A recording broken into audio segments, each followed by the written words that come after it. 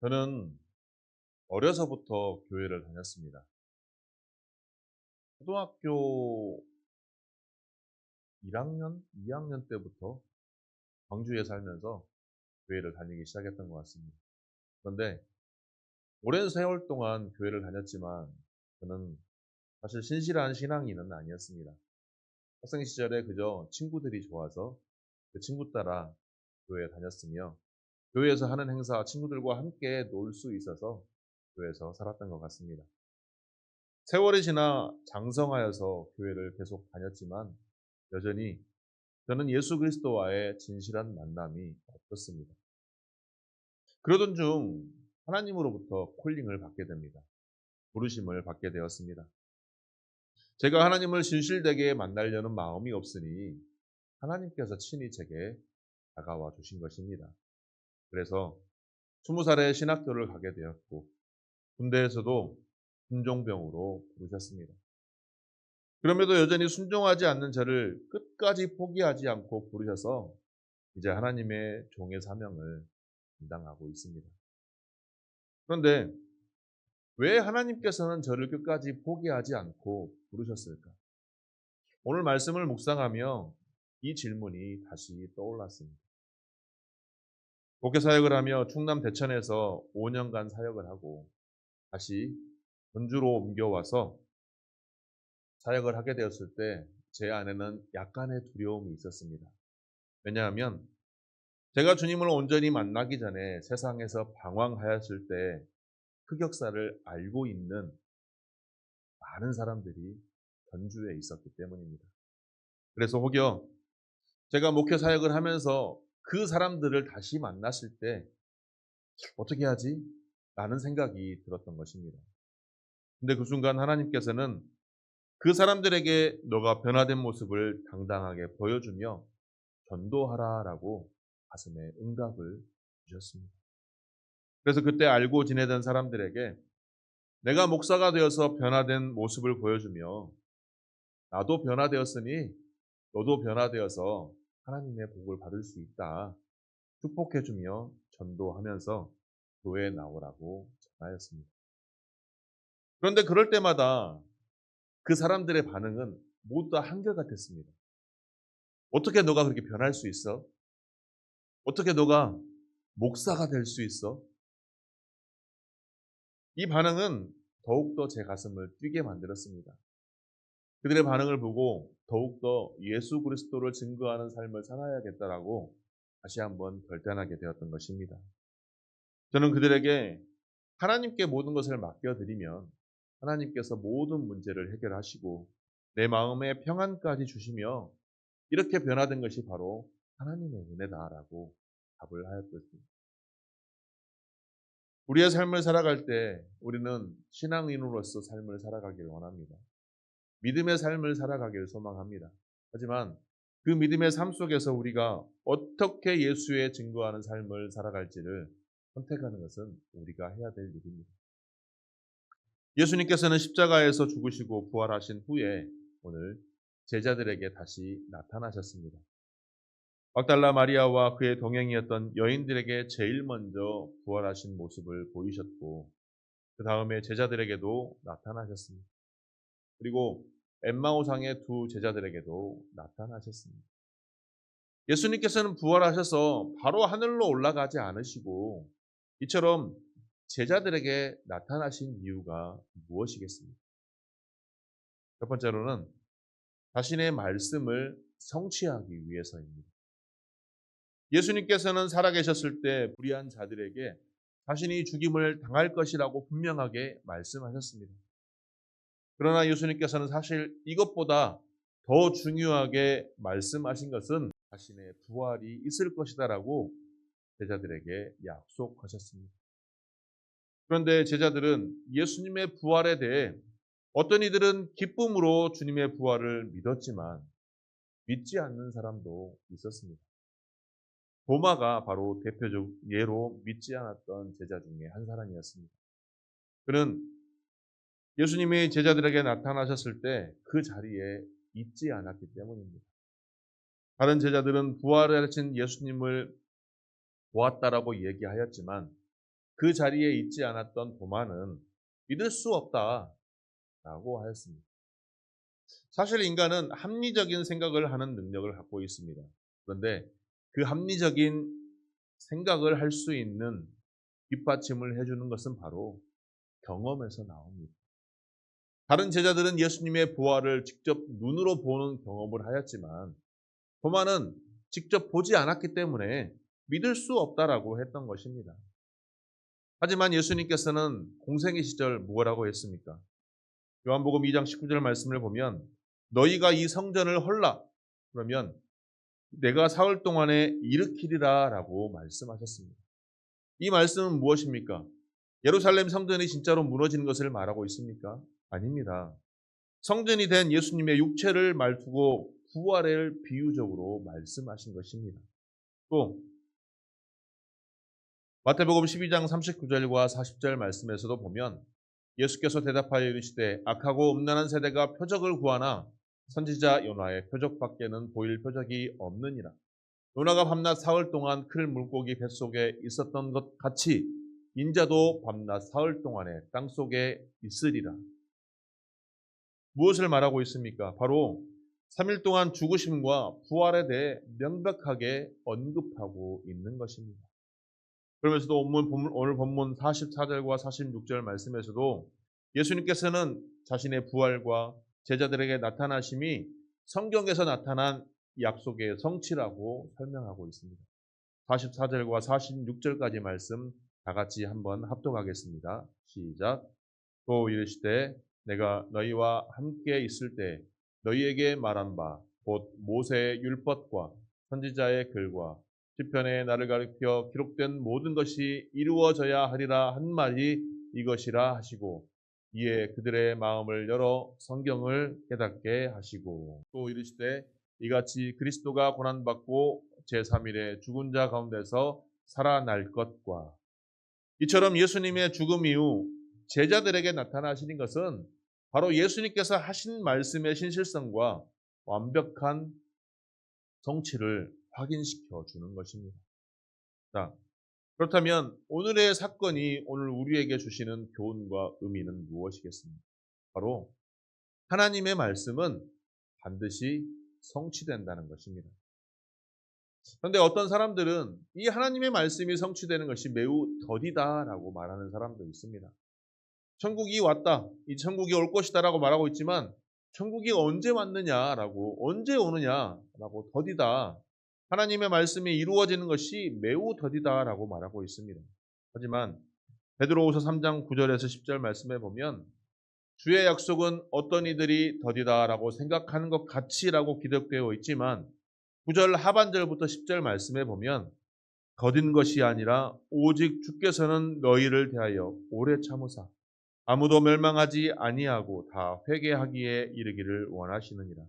그러나 주의 날이 도둑같이 오리니 그 날에는 하늘이 큰 소리로 떠나가고 물질이 뜨거운 불에 풀어지고 땅에 그 중에 있는 모든 일이 드러나리로다라고 말씀하고 있습니다. 그리고 하나님께서 약속하신 예수 그리스도의 재림은 반드시 이루어질 것이다라고 말하고 있는 것입니다. 그래서 주님께서도 마태복음 5장 18절 말씀에 천지가 없어지기 전에 율법 곧 하나님의 말씀의 1.1획이라도 반드시 없어지지 아니하고 다 이루리라라고 말씀하고 있는 것입니다.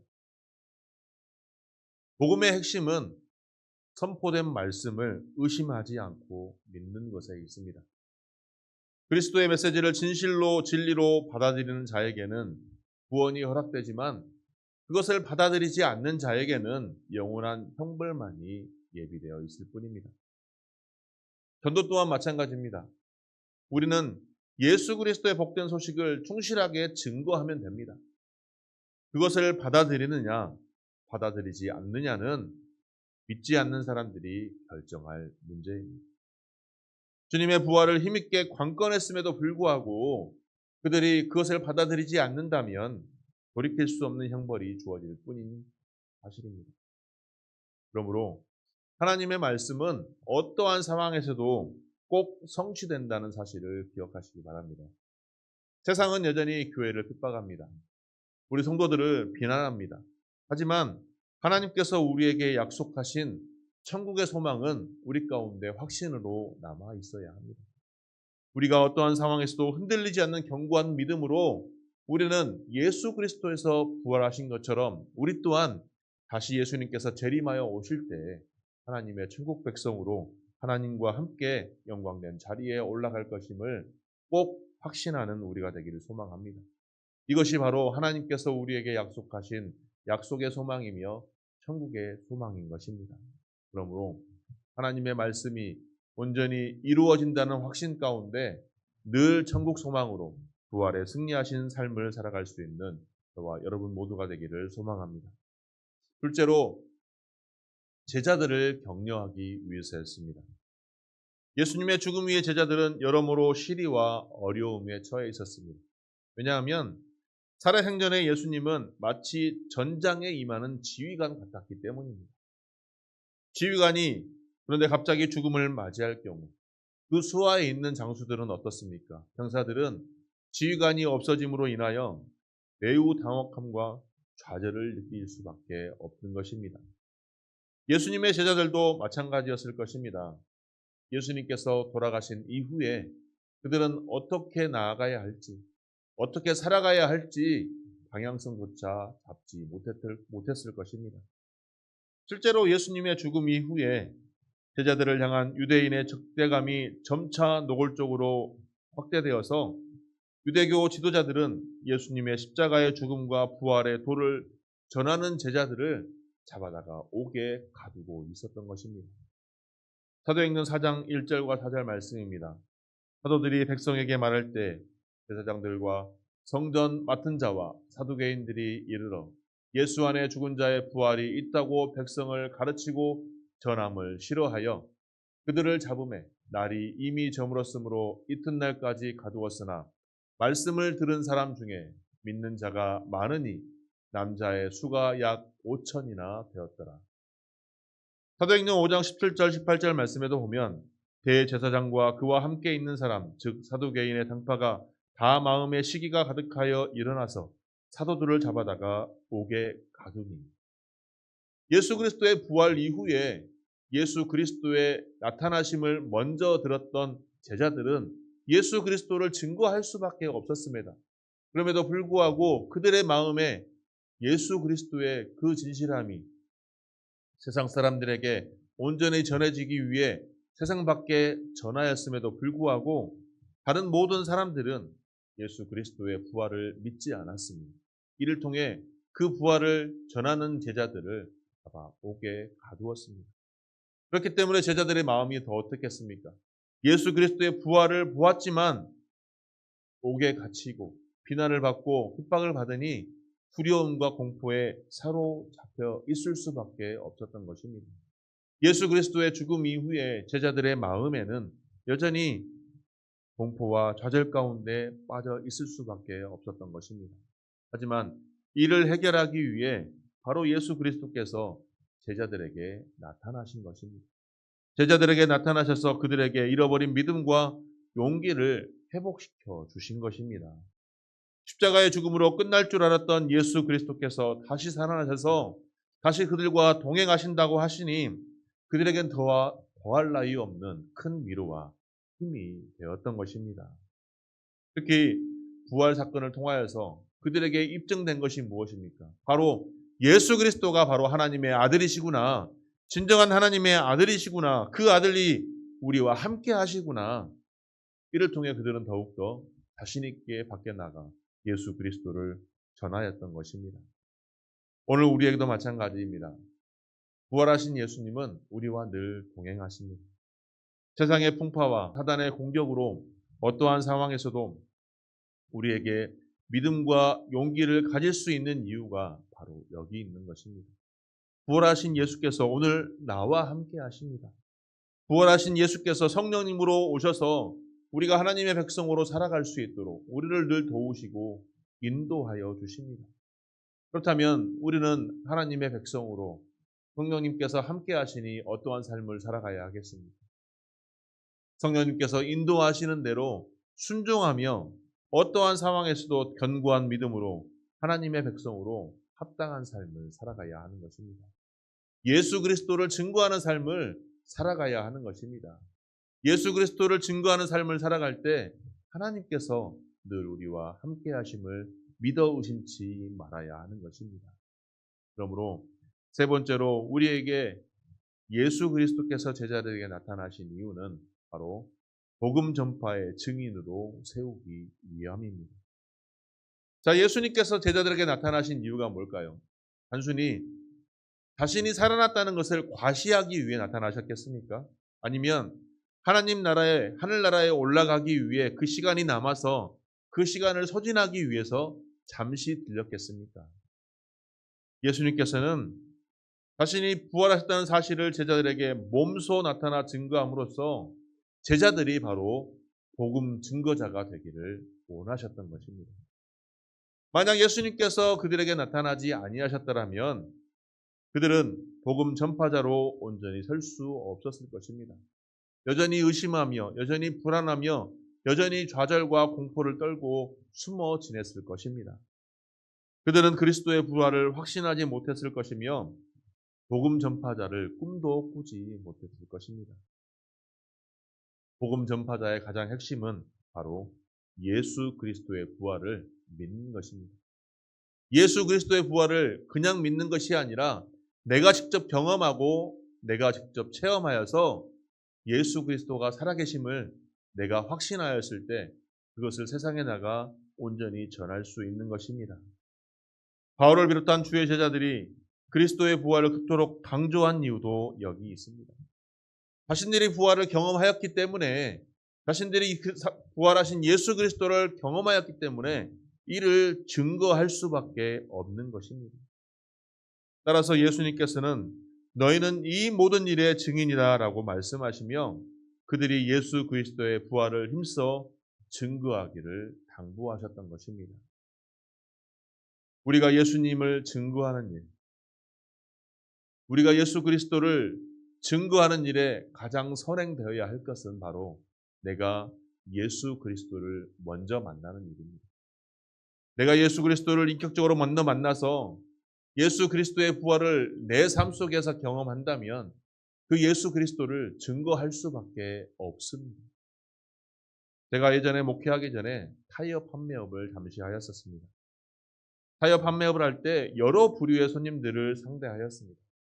그런데 그 중에 어떤 손님들은 저의 고객 응대에 너무나도 만족스러워서 다른 고객을 소개시켜서 데리고 와주시긴 합니다.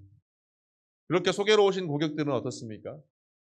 거의 만족하는 모습을 보여주십니다.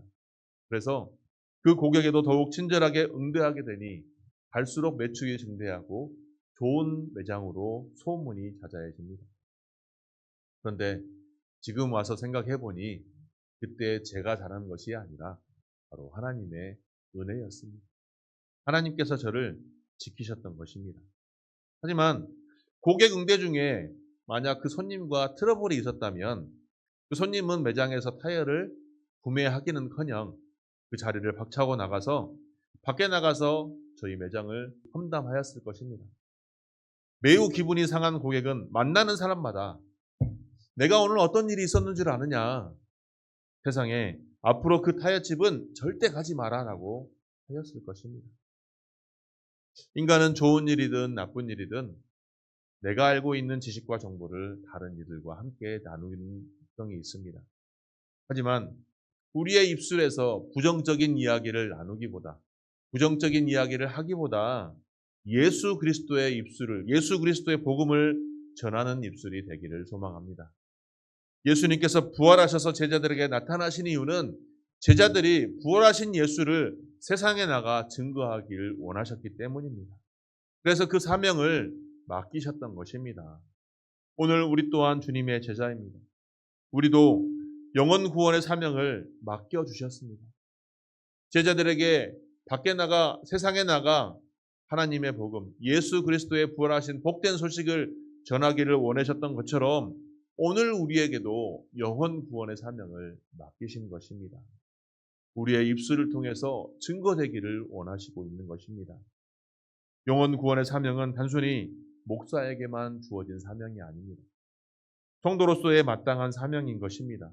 그렇기 때문에 오늘 내가 이 사명을 감당하겠노라고 결단하는 저와 여러분이 되기를 소망합니다. 세상 속에서 내가 복음 증거자의 삶을 살아가겠노라 결단하는 이 시간이 되기를 소망합니다. 그리고 그 삶을 살아내시기 바랍니다. 부활 후 제자들에게 나타나셔서 복음 전파의 사명을 주신 그리스도께서 오늘 우리와 동행하시며 우리에게 말씀하십니다. 마태복음 28장 19절 20절 말씀입니다. 다 같이 한번 함께 읽겠습니다. 시작. 그러므로 너희는 가서 모든 민족을 제자로 삼아 아버지와 아들과 성령의 이름으로 세례를 베풀고 내가 너희에게 분부한 모든 것을 가르쳐 지키게 하라. 볼지어다 내가 세상 끝날까지 너희와 항상 함께 있으리라 하시니라. 아멘. 우리가 세상 끝날까지 함께 있겠다는 예수님께서 우리에게 명령하십니다. 지상 대명입니다. 모든 민족을 제자로 삼아 아버지와 아들과 성령의 이름으로 세례를 베풀고 예수님께서 우리에게 가르쳐 주신 모든 것을 그들에게도 가르쳐 지키게 하라라고 말씀하고 있는 것입니다. 그러므로 예수님께서 주신 그 지상 대명, 나에게 주신 지상 명령이라 확신하시고 그 사명을 온전히 감당할 수 있는 저와 여러분들이 되시기를 소망합니다. 예수 그리스도의 부활이 온전히 나의 삶 속에 부활 소망이 되기를 소망합니다. 나의 부활 소망이 내 삶 속에서 체험이 되고 체험된 것들을 세상에 나가 전할 수 있는 우리가 되기를 소망합니다. 그것이 바로 복음 증거자의 삶을 살아가신 것이며 우리를 먼저 믿게 하신 바로 하나님의 은혜라는 것입니다. 이 땅 가운데 우리를 하나님 나라의 백성으로 삼으시고 우리를 먼저 부르신 하나님의 뜻을 기억하시고 하나님 나라의 확장을 위해 더욱더 힘쓰는 귀한 주의 권속들이 되시기를 주님의 이름으로 축원합니다.